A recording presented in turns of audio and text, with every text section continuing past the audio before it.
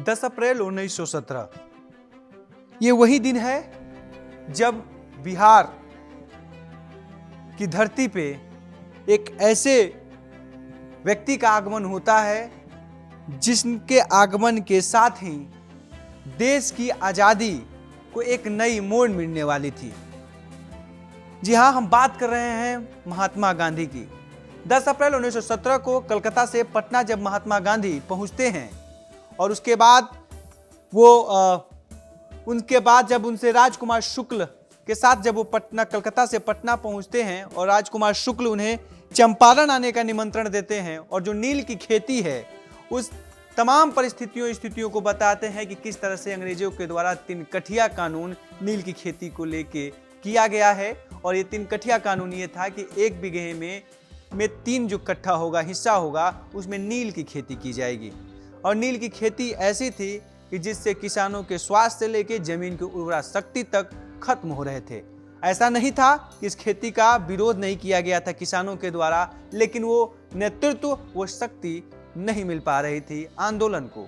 लेकिन जब महात्मा गांधी 10 अप्रैल 1917 को पटना पहुंचे, पटना के बाद राजकुमार शुक्ल उन्हें चंपारण की धरती पे लेके आए। चंपारण की धरती पे आते हैं तो बहुत कुछ ऐसा घटनाएं होता है और कहा जाता है कि एक सत्याग्रह की शुरुआत होती है।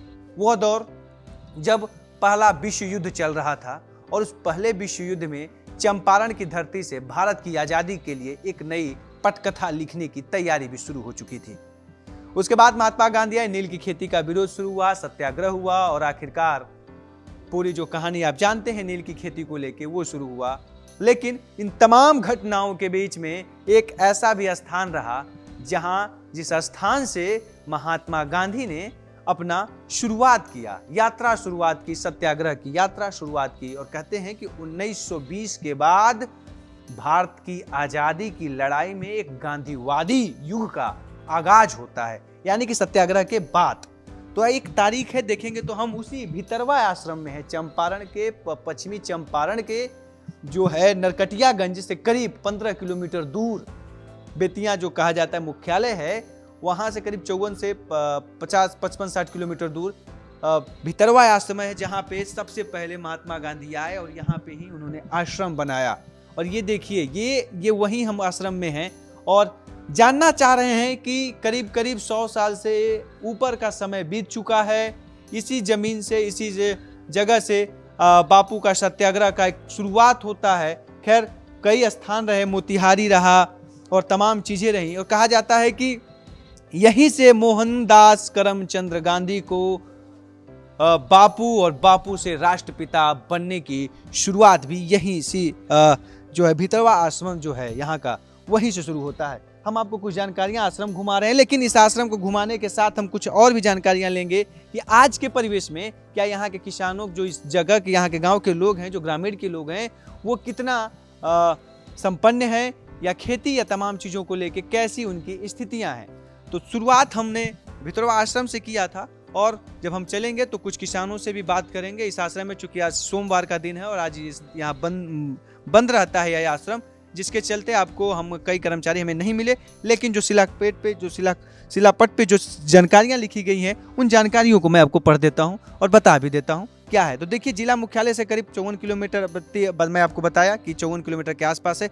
यहाँ बगल में रामपुरवा में अशोक स्तंभ भी है और अशोक स्तंभ जो हमारी लोकतंत्र की सबसे बड़े पहचान रहा और है उस चीज की है। तो इससे सब देखिए, सर्वप्रथम राजकुमार शुक्ल के आग्रह पर 27 अप्रैल 1917 को राष्ट्रपिता महात्मा गांधी देवानंद सिंह बिरबली जी के साथ श्री रामपुर भितरवा पहुंचे। ये यही है, देखिए 10 अप्रैल को करीब वो कलकत्ता से पटना पहुंचते हैं और वहां से 27 अप्रैल को ये भितरवा पहुंच रहे हैं और स्थानीय मठ के बाबा राम नारायण दास के द्वारा राष्ट्रपिता महात्मा गांधी को जमीन उपलब्ध कराई गई 16 नवंबर 1917 को और एक पाठशाला और कुटी का प्रबंधन किया गया।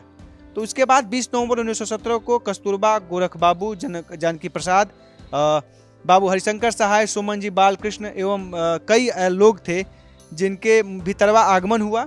आदि का पुनः फिर भितरवा आगमन होता है। बेलवा के कोठी के ACMN साहब ने कुटी में आग लगवा दी। ऐसा देखिए, कहा जा रहा है कि उस समय बेलवा कोठी के जो ACMN साहब थे, उन्होंने कुटी जो इनका जो कुटीर बनाया गया था उसमें आग लगा दिया गया। शायद ये कुटी मुख्य स्मारक यही है, इसी को सजोजा गया तो यहाँ पे कुटी में आग लगा दिया गया था। आग लगाने के बाद ये प्रयास किया गया था कि उनको महात्मा गांधी और कस्तूरबा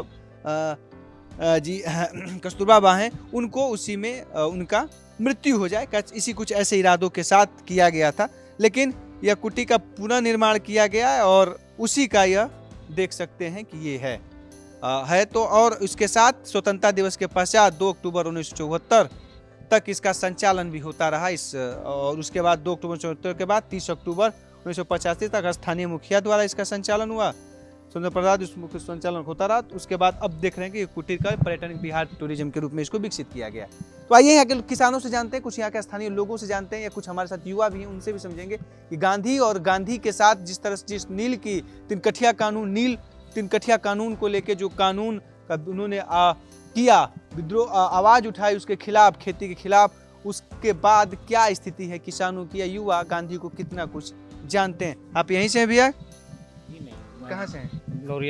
लौरिया से आए। गांधी चूंकि आप ही के क्षेत्र से आए, पहली बार आए। हाँ। कितना गांधी की बातें जो खेती को लेके आए थे, कितना आप देख रहे हैं कि आज भी प्रासंगिक है? किसानों की क्या स्थिति है? आप खेती परिवार से, आपका भी परिवार जुड़ा होगा? जी हाँ, किसान से क्या स्थिति है? स्थिति तो किसानों की आज और पहले से और बदतर है। कुछ यादें कहानियां हैं, घर दादा बताते हैं यहाँ क्या? जी हाँ, बताते हैं। यहाँ की जैसे बताते थे हमारे दादा थे, तो यही चीज़ बताते थे कि गांधी जब यहाँ आए थे तो यहीं से उनका चंपारण सत्याग्रह आंदोलन शुरू हुआ था। और जो अंग्रेजों के द्वारा शासन किया जाता था तो नील की खेती का जो प्रावधान उन्होंने लगाया था कि हाँ 3 कट्ठा में 1 बीघे में 3 कट्ठा नील की खेती करना है, उससे किसान ज़्यादा प्रभावित हुए। आंदोलन तो किसान विरोध किए लेकिन उस स्तर पे नहीं हो पाया। जब गांधी जी के आने के बाद में जो आंदोलन यहाँ से, आज क्या देख रहे हैं किसानों की क्या हाल है? आज भी वही हाल है। किसान की जो सबसे मेन, फैमिली बैकग्राउंड किसान? जी, खेती बाड़ी चलती है? हाँ, खेती बाड़ी चलती है। सबसे बड़ी समस्या देखिए किसानों की समस्या ये होती है ना कि यहाँ पे सिंचाई की फैसिलिटी नहीं है। गवर्नमेंट को अगर कुछ करना भी है किसानों के प्रति तो यही सिंचाई की फैसिलिटी होनी चाहिए। नहर है लेकिन नहर में पानी नहीं आता है, ठीक है। अब अपने पंपिंग सेट से या बोरिंग से किसान पानी देते हैं खेतों में, लेकिन वो पर्याप्त नहीं होता है जो नहर के थ्रू होता है।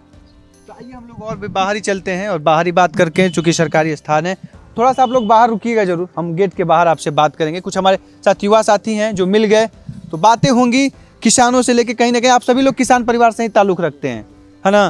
तो क्या देख रहे हैं, किसानों की आमदनी बढ़ी है या कुछ कैसा है? क्योंकि एक बड़ा क्रांतिकारी जगह रहा है जहाँ पे यहाँ के किसानों ने, यहाँ के लोगों के सपोर्ट से एक ऐसे युग और एक ऐसे व्यक्ति का उभर के निकले जो भारत आज़ादी के एक सबसे बड़े महानायक बने, है ना? अहिंसा, ना लाठी चला, ना डंडा चला, ना गोली चला, और उन्होंने अहिंसा के बल पे चीजें की।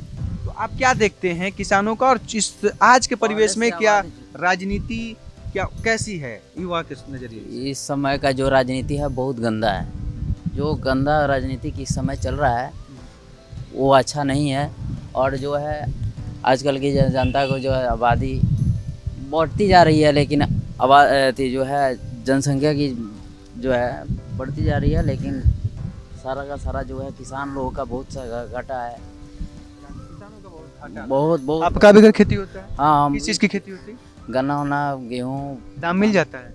नहीं निकल पाता है। तो वहाँ जितना किसानों ने तो बहुत बड़ा, या अब जो कि आप यहीं के हैं, तो बहुत एक माहौल बना था, राष्ट्रपिता आए तो कुछ उसे सीख ले कि आज भी यहाँ किसानों में जज्बा है कि नेता वो निकाल सकते हैं, एक बहुत बड़े कर सकते हैं, ऐसा कुछ सकता है? जिस तरह महात्मा गांधी थे उस तरह ले करके चलते थे लोगों को, लेकिन इस समय का जो नेता है राजनीतिक है बहुत गंदा है। इस समय का ले चलने वाला जनता के साथ में चलने वाला नहीं है सर। विकास क्या है? विकास यहाँ तक मतलब क्या विकास हो ही पा नहीं रहा है। यहाँ पे जनता जितना संतुष्ट नहीं हो पा रहा है। यहाँ का जनता जो संतुष्ट नहीं है। नहीं है। तो किधर मिजाज है युवाओं का इस बार? इस समय क्या मिजाज है? मिजाज वही है कि जो हम लोग मतलब जनता अगर चाहेगी तो अपना रुतबा बदल सकती है। आप युवाओं का क्या सोच रहे हैं? हम युवाओं को यही कहना चाह रहे हैं कि जहाँ जो है वो अपने विचार से, अपने अथी से, मेहनत से अपना कमाए और खाए। मेहनत से खाएं। तो चुनाव किसकी सरकार आनी चाहिए? हमारे देखा से तो बीजेपी तो सही है। इस तरह से नील की खेती का विरोध हुआ, किसानों को उस दौर में जो कठिनाइयाँ परेशानियाँ थी, उसके बाद भी हाल के समयों में उन किसानों की क्या स्थिति है? ये जो भितरवा गांव है, या आश्रम का जो इलाका है उन लोगों से।